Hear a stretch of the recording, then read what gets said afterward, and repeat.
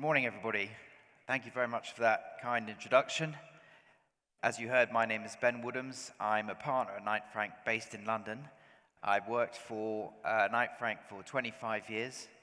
23 of those are in East Africa.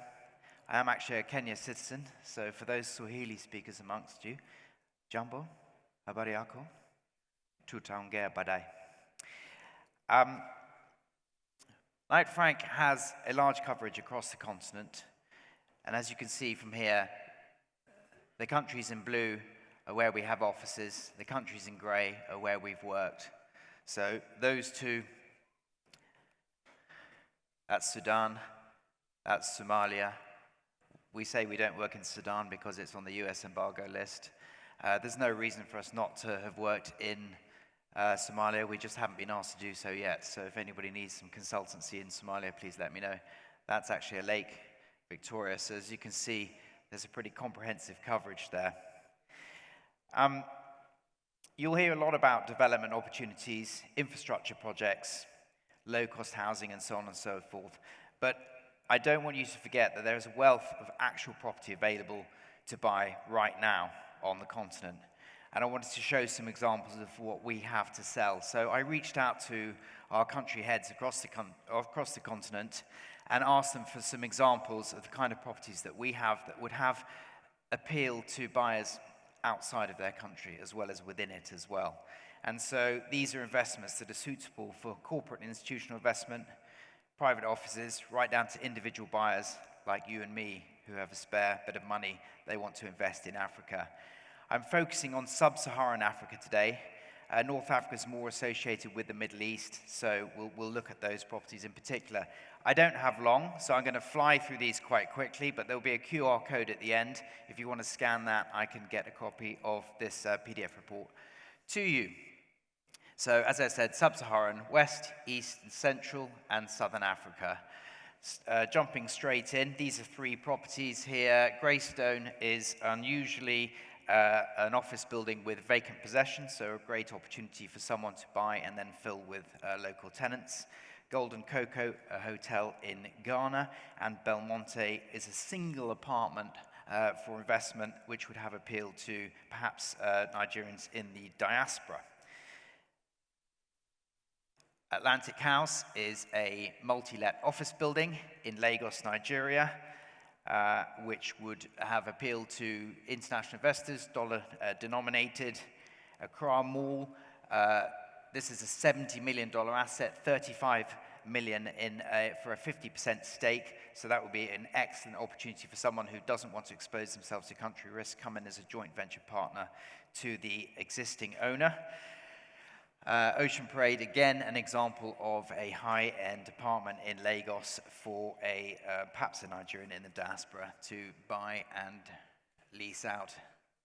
Capital Place in Dar es Salaam is a complex of three office buildings. $34 million gets you US dollar rental income across a portfolio of different local and international tenants. As I say, once more, dollar-denominated.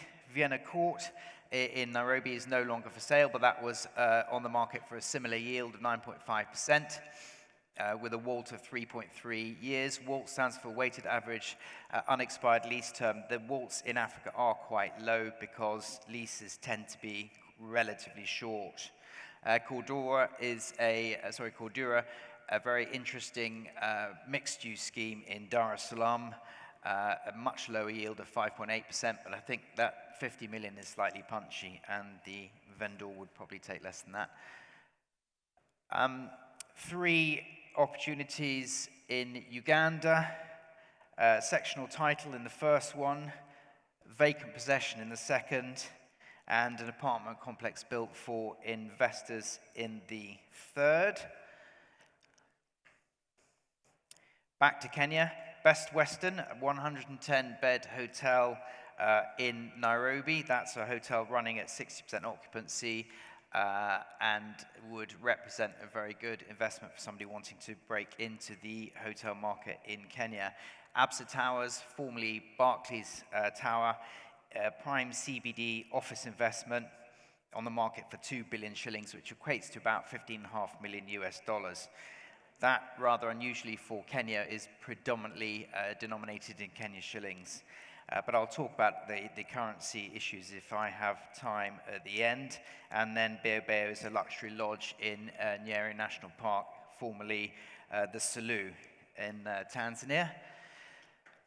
The atrium, interesting victim of the US government's change in foreign policy, where a lot of American NGOs have vacated, so that is now on the market discounted with a higher level of vacancy in it than it had before.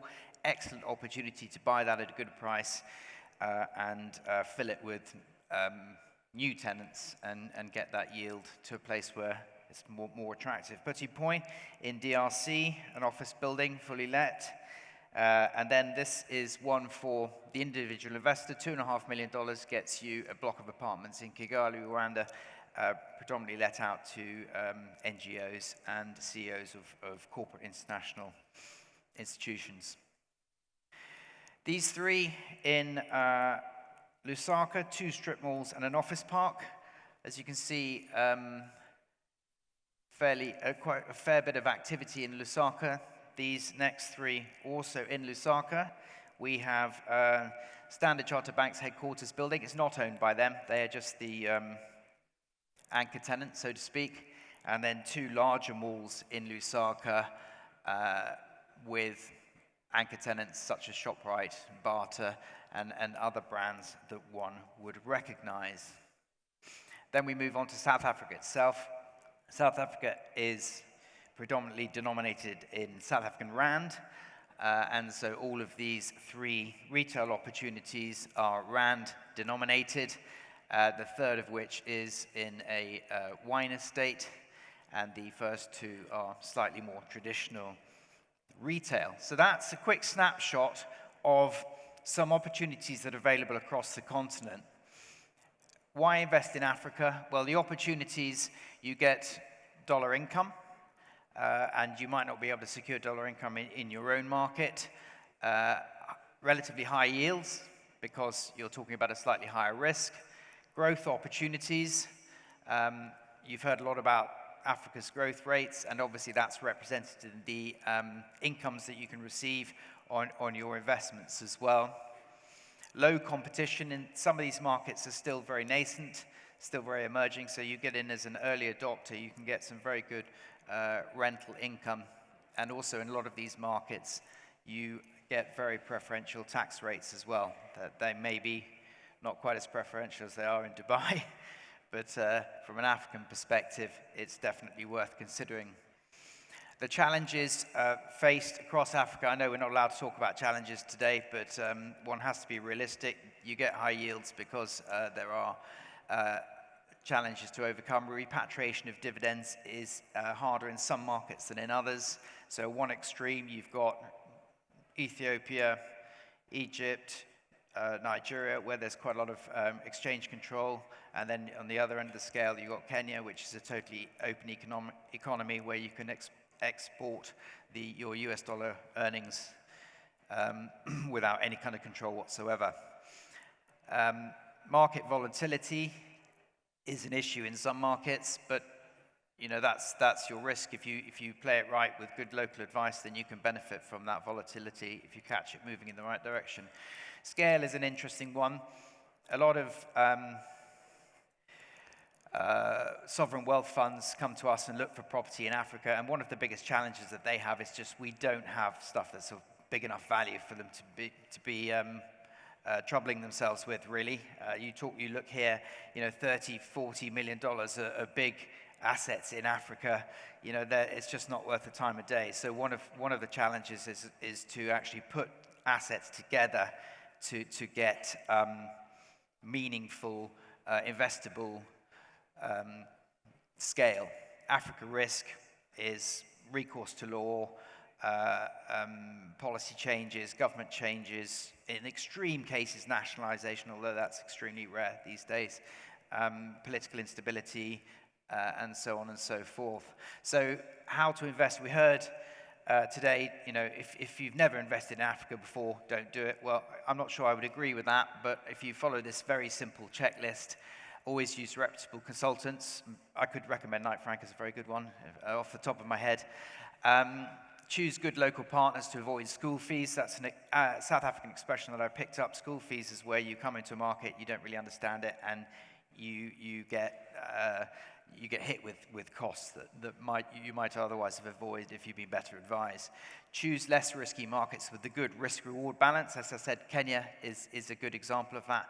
Look for open economies that welcome foreign investors, and dollar incomes may not always be dollar incomes. Retail is a great example of that, where you might have tenants paying their rent in dollars, the development's been funded in dollars, it's valued in dollars, you would buy it in dollars, but the reality is those tenants are earning local currency and having to buy dollars to pay their rent. So if there's a big movement in the exchange rate, it will actually affect those tenants, and they may actually go bust. They will certainly experience rental increase as their local currency devalues. So choosing a property managed by Knight Frank is a very good way to mitigate risk. A lot of these properties are managed by Knight Frank, not all of them, I would stress, but plenty of opportunities there. I'm sorry that's been a real whirlwind. I've only had 10 minutes, I've gone over my time already, but please do scan that QR code if you would like to receive a copy of that report. Also, I'm here for the full 2 days of the conference. If you're interested in finding out a bit more about investing in Africa, or indeed any form of consultancy right across the continent. I'm also here with Boniface, our head of research, who you're going to be hearing from tomorrow. The two of us will be delighted to talk to any of you about real estate in Africa. Thank you very much.